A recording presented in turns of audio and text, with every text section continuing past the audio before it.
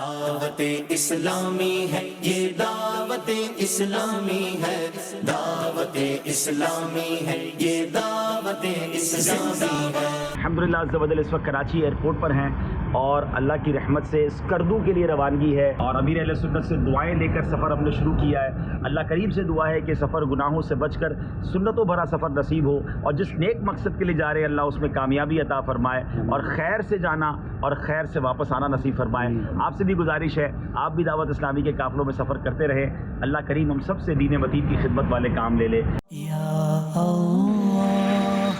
اللہ کریم کی کیا شان ہے کہ زمین سے پہاڑ کو اس قدر بلندی عطا فرمائی، اور یہ پہاڑ حدیثوں کے مطابق زمین کے لیے کیلیں میخیں ہیں، جس کی وجہ سے زمین ساکت ہوگی۔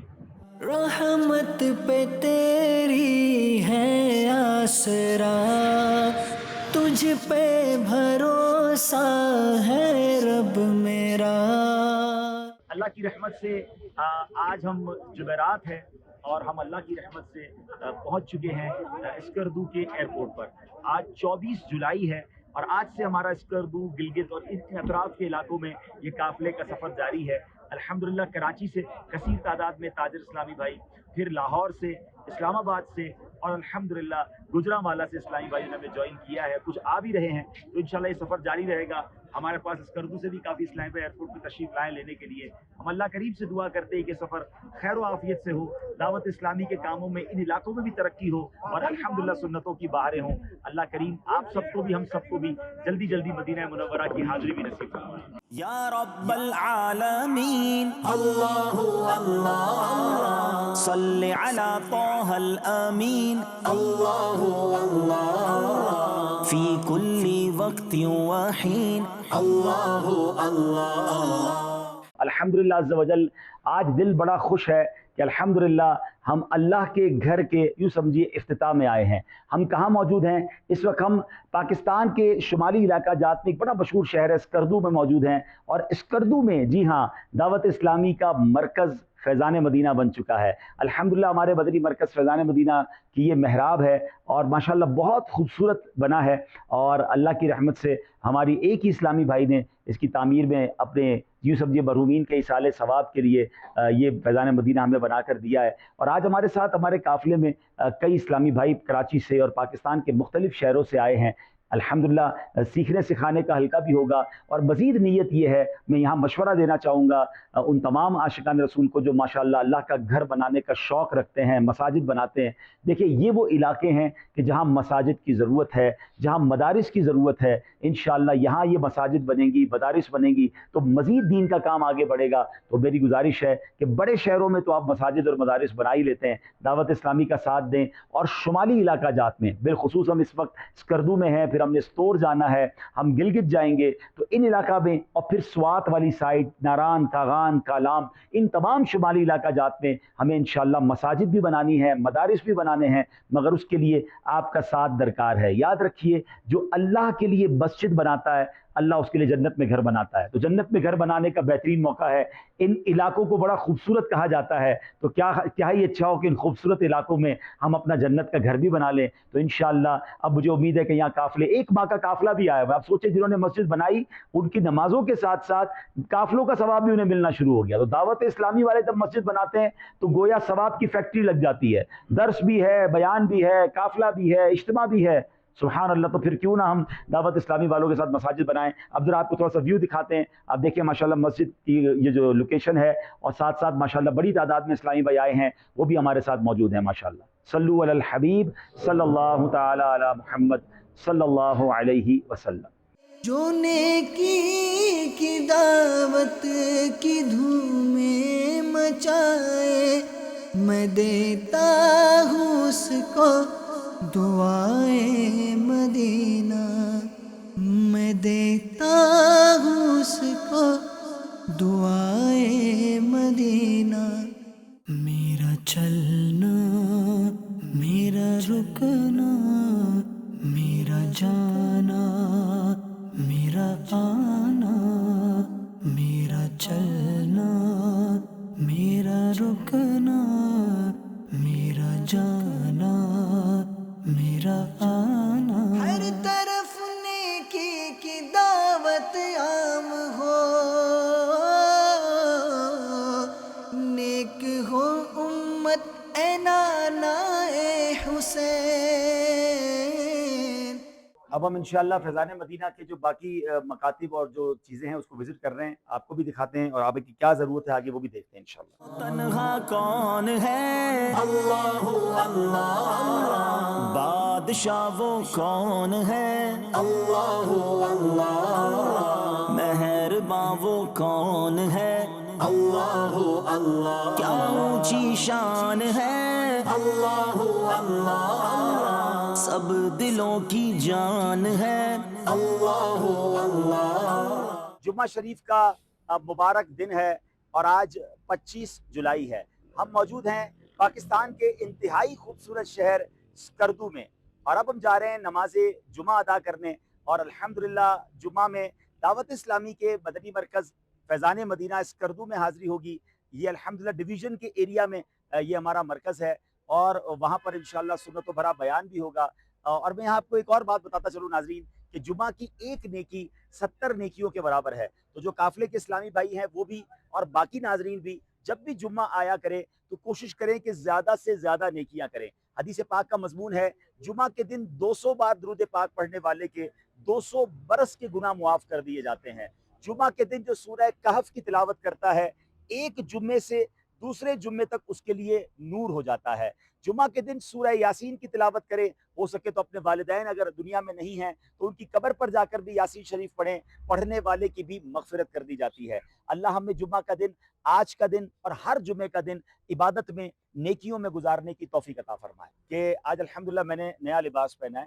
نیا لباس ہم لیتے رہتے ہیں، تو کوشش کریں کہ نیا لباس جب بھی پہنے تو وہ کسی نسبت کے ساتھ پہن لیں۔ جمعے کی تعظیم کی نیت سے اگر آپ نیا لباس پہنیں گے کہ میں نماز جمعہ ادا کروں گا، تو یہ نیا لباس پہننا، خریدنا یہ بھی ثواب کا کام ہو جائے گا۔ اسی طرح بڑی راتیں آتی ہیں، 12ویں شریف ہو گئی، 11ویں شریف ہو گئی، شب برات ہو گئی، تو ہم نے اگر سال میں کچھ جوڑے خریدنے ہی ہیں تو جوڑے لے کے کپڑے کے لے لیں، مگر پہنیں ان کو آپ کسی نہ کسی اسلامک پوائنٹ آف ویو سے اچھی نیت کے ساتھ، کہ اچھی نیت کے ساتھ جب آپ پہنتے ہیں تو انشاءاللہ وہ پہننا بھی ثواب ہو جاتا ہے، بعد میں ہمارے یوز میں تو آ ہی جاتے ہیں۔ تو انشاءاللہ ایڈ آن جب بھی کریں نیا لباس تو وہ کسی نسبت والے دن کے ساتھ کریں، خاص طور پہ جمعے کی تعظیم کی تو بڑی برکتیں ہیں۔ الحمدللہ جمعے کی تعظیم کی نیت سے میں نے لباس پہنا تو میں نے کہا یہ مدنی پھول بھی آپ کو پیش کروں۔ یا اللہ رحمت پہ تیری ہے آسرا، تجھ پہ بھروسہ ہے رب میرا، رحمت پہ تیری ہے آسرا، تجھ پہ بھروسہ ہے رب میرا۔ وہ تنہا کون ہے؟ اللہ اللہ۔ مہرباں وہ کون ہے؟ اللہ اللہ۔ بادشاہ وہ کون ہے؟ اللہ اللہ۔ حسبی ربی جل اللہ، اللہ اللہ۔ ما فی قلبی غیر اللہ، اللہ اللہ۔ مولاي صل وسلم دائما ابدا على حبيب۔ پیارے اسلامی بھائیوں، اس وقت میں پاکستان کے بہت ہی خوبصورت مقام دیو سائی پر ہوں۔ بیسیکلی ہم جب گلگت کے لیے روانہ ہوتے ہیں اسکردو سے تو یہ راستے میں آتا ہے، نماز کا وقت ہوا، ہم یہاں رکے ہیں۔ سنتوں کا میں چرچا کروں رات دن، سنتوں کا میں چرچا کروں رات دن۔ اے اللہ، مانگنے کی گھڑیاں ہیں، تیرے دربار میں التجا ہے، ہماری مغفرت فرما دے، ہمارے سارے گناہ معاف فرما دے، ہمارے ماں باپ کو بخش دے، ہمارے بھائی بہنوں کو بخش دے، ہمارے گھر والوں کو بخش دے، ہم سے محبت کرنے والوں کو بخش دے۔ اے اللہ، نبی پاک علیہ الصلوۃ والسلام کی ساری امت کی بخشش فرما۔ صلی وسلم دائما ابدا على حبيبك خير الخلق كلهم۔ کئی اسلامی بھائی کہتے ہیں کہ امامہ باندھنا مشکل لگتا ہے، اور جناب آئینہ نہیں ہے یا گلاسز کے سامنے باندھنا ہو۔ کہتے ہیں نا، پریکٹس میکس پرفیکٹ۔ آپ کسی بھی چیز کو کنٹینیو کرتے رہیں پھر کوئی مشکل نہیں ہوتا۔ اب میں انشاءاللہ امامہ باندھوں گا، اور مجھے امید ہے شاید 30 سیکنڈ بھی نہیں لگیں گے، اور انشاءاللہ آپ دیکھیں گے اللہ نے چاہا تو بہتر بن جائے گا. میں کہوں گا تو نہیں کہ بہت اچھا بن جائے گا، لیکن انشاءاللہ بہتر ہوگا. بسم اللہ الرحمن الرحیم. قبلہ رو ہونا چاہیے اور پہلے دائیں طرف سے باندھنا شروع کرنا چاہیے. سنتوں کا میں چرچا کروں رات دن، سنتوں کا میں چرچا کروں رات دن. اور امامہ باندھ کر نماز پڑھیں گے تو بغیر امامے کے زیادہ ثواب ملے گا. تو آئیے انشاءاللہ اب اذان دیتے ہیں، اور ہمارے اسلام پہ قافلے کے وضو کر رہے ہیں، نماز کی تیاری کر رہے ہیں، اور ہم انشاءاللہ اذان دے دیتے ہیں. جب ملے مٹی کے ذرے کے بن جاتے ہیں وہ، جب ملے مٹی کے ذرے کے بن جاتے ہیں وہ. اللہ اکبر اللہ اکبر اللہ اکبر اللہ اکبر. تنہا کون ہے اللہ اللہ، بادشاہ وہ کون ہے اللہ اللہ. ذرا پہلے میرے پیچھے منظر دیکھیے. میں اس وقت یورپ میں نہیں ہوں، سوئٹزرلینڈ میں نہیں ہوں، ساؤتھ افریقہ میں نہیں، نیوزی لینڈ میں نہیں، آسٹریلیا میں نہیں. کہاں ہوں؟ میں اپنے پیارے وطن پاکستان میں ہوں. میرا پاکستان کتنا خوبصورت ہے. اللہ نے ایسا ملک دیا ہے. ناظرین، میں نے تقریباً دنیا دیکھی ہے. کئی ملک ہیں جن میں ریگستان ہیں، کئی ملک ہیں جن میں ندیاں اور نالے ہیں، پہاڑ ہیں، برف ہے، یا صرف شہر ہیں.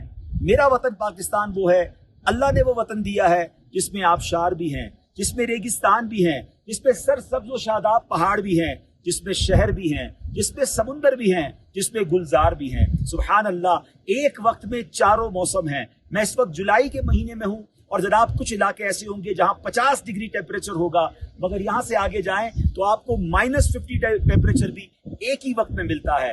ایسا ملک جس میں چاروں موسم ہوں، ایسا ملک جس میں قدرت کے نظارے ہوں، پھر اس ملک سے کیوں نہ پیار کرے. میرے وطن میں کوئی کمی نہیں ہے. ہم پہلے وطن اگر اچھے بن جائیں، وطن سے محبت کرنے والے بن جائیں، اس کی ترقی میں کردار ادا کرنے والے بن جائیں، تو الحمدللہ اللہ نے جنت نظیر وطن دیا ہے. پلیز اس وطن کی قدر کیجئے، اس وطن کے خیر خواہ بن جائیے. میں دعا کرتا ہوں رب کریم سے، یا اللہ میرے وطن کو مزید ترقیاں عطا فرما، اس کی سرحدوں کی حفاظت فرما، تمام اہل وطن کی حفاظت فرما. اللہ کرے ہم مل کر اپنے وطن کی ترقی میں کردار ادا کریں. آئیے مل کر نعرہ لگاتے ہیں، پاکستان زندہ باد، پاکستان زندہ باد. یہ شب مبارک نجات والی، نہ رہنا تم رحمتوں سے خالی. اس وقت ہم دیوسائی سے آگے نکلے ہیں، اور بڑا پانی ایک ایریا کہلاتا ہے. یہاں بہت خوبصورت کیمپس بھی لگے ہوئے ہیں. مغرب کی نماز ادا کرنے میں یہاں رکے ہیں. بڑا ہی خوبصورت ماحول ہے. اب رات ہو رہی ہے، اور یہاں کا دن بھی بڑا خوبصورت ہوتا ہے، یہاں کی شام بھی بڑی خوبصورت ہوتی ہے. لوگ یہاں کیمپس میں رہتے ہیں. ہمیں چونکہ استور پہنچنا ہے، ورنہ دل تو چاہ رہا تھا کہ ہم ایک رات کیمپ میں گزارتے، اور صبح صادق کا جو وقت ہے، صبح کا وقت ہے، وہ بھی یہاں دیکھتے. بہرحال اللہ کی رحمت ہے، تقریباً آدھا سفر ہو گیا ہے، آدھا سفر باقی ہے، اور کل انشاءاللہ پھر استور میں دعوت اسلامی کے دینی کاموں کے انشاءاللہ معاملات ہوں گے. اللہ ہماری دعوت اسلامی کو پوری دنیا میں ترقی عطا فرمائے. آپ بھی دعوت اسلامی کے دینی کاموں میں شرکت کیا کریں، اپنی دعوت اسلامی کو سپورٹ کرتے رہا کریں، اور مجھے بھی اپنی دعاؤں میں یاد رکھیں. میرا چلنا، میرا رکنا، میرا جانا، میرا آنا. الحمدللہ گلگت سے استور جا رہے ہیں. زبردست موسم ہے، بارش ہو رہی ہے، اور اللہ نے پاکستان کو کیسا حسین بنایا. ذرا دکھائیں ماشاءاللہ. یہ کس کو 7 پارا لیک کہتے ہیں. کیا بات ہے. تو الحمدللہ جب میرے رب کی دنیا ایسی ہے تو بتائیے میرے رب کی جنت کیسی ہوگی. تو اللہ مجھے اور آپ کو جنت کی تیاریاں کرنے کی بھی توفیق عطا فرمائے. اور برستی بارش میں دعا بھی قبول ہوتی ہے. ہم اللہ سے دعا کرتے ہیں کہ اللہ پاک ہم سب کو جلدی جلدی مدینے کی حاضری عطا فرمائے. ہماری، ہمارے ماں باپ کی، سرکار علیہ الصلوۃ والسلام کی ساری امت کی بخشش فرما. درود پاک بھی پڑھ لیتے ہیں. اللہم صلی علی سیدنا و مولانا محمد بعدد قطرات الامطار. الصلاة والسلام علیک یا نبی اللہ، وعلی آلک و اصحابک یا نور اللہ. 30 محرم الحرام 1441 ہجری میرے محسن میرے والد گرامی کا وصال ہوا، اور جن کو معلوم ہے کہ دعوت اسلامی کے لیے ان کی کیا خدمات ہیں، امیر اہل سنت ان سے کس قدر محبت فرماتے ہیں، اور پھر آج تقریباً پورے 6 سال ان کے ہوئے ہیں ان کے وصال کو۔ یقین کریں کہ آج میں جو کچھ ہوں الحمدللہ اس میں بہت بڑا کردار میرے والد محترم کا ہے۔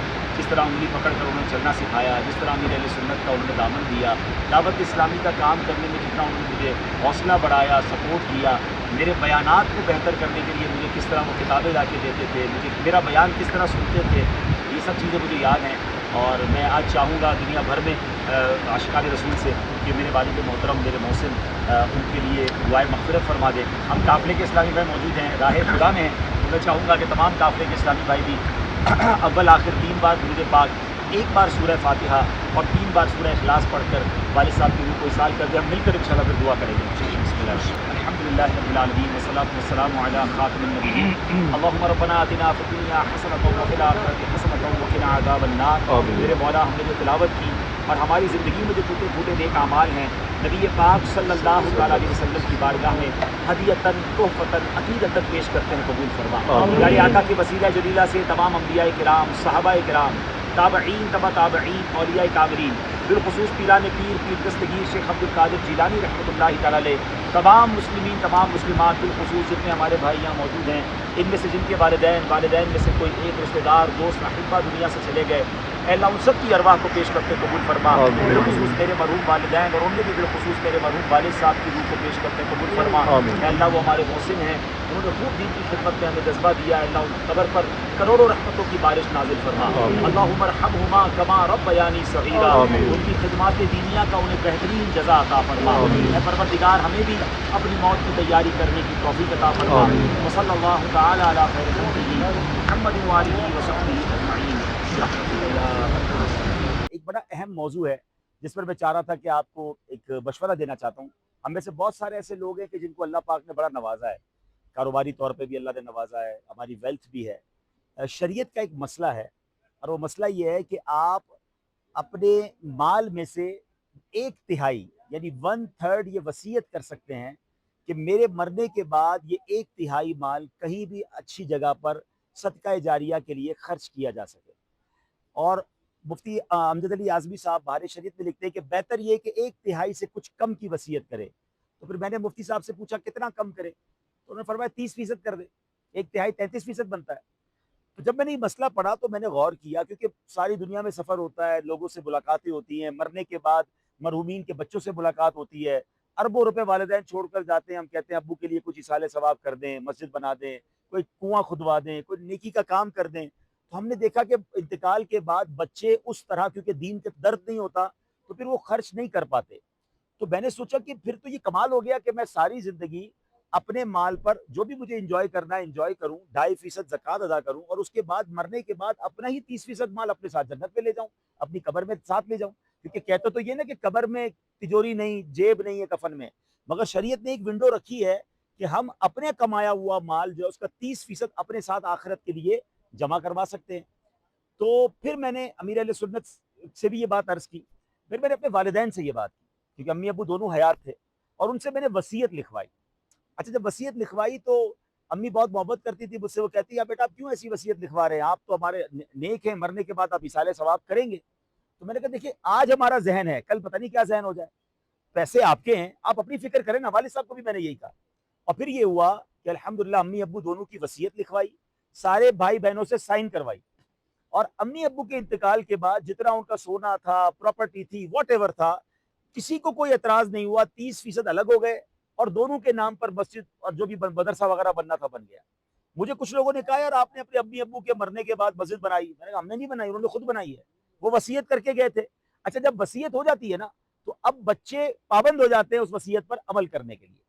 جب میں نے اس کا کمال دیکھا تو پھر الحمدللہ میں نے بھی یہ وصیت کر دی کہ میرے مرنے کے بعد میرے مال کا 30% جو ہے، جو مجھے شریعت نے اجازت دی ہے، وہ میرے صدقہ جاریہ کے لیے۔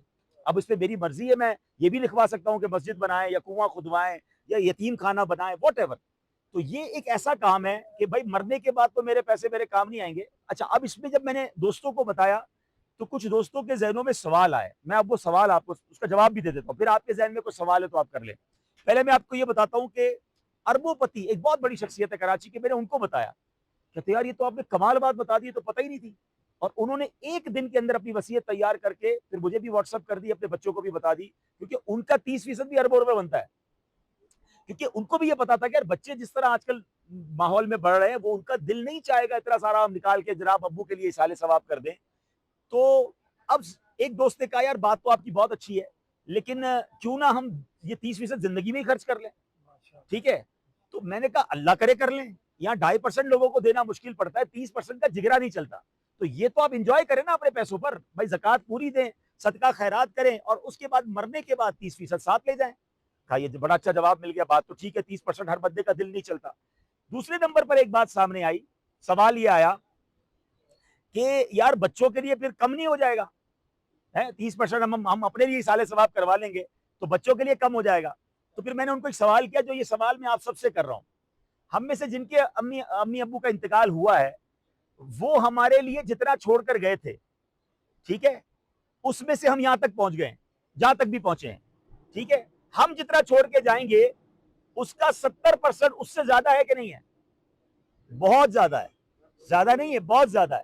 جب اتنے میں سے میں یہاں تک پہنچ گیا, اللہ نے پہنچانا تھا, تو اب میں اگر 70% بھی جو چھوڑ کے جا رہا ہوں اپنے والدین والے پیسوں سے بہت زیادہ ہے, تو پھر میں اپنی فکر کروں نا بھائی. مرنے کے بعد قبر میں تنہا قیامت تک رہنا ہے.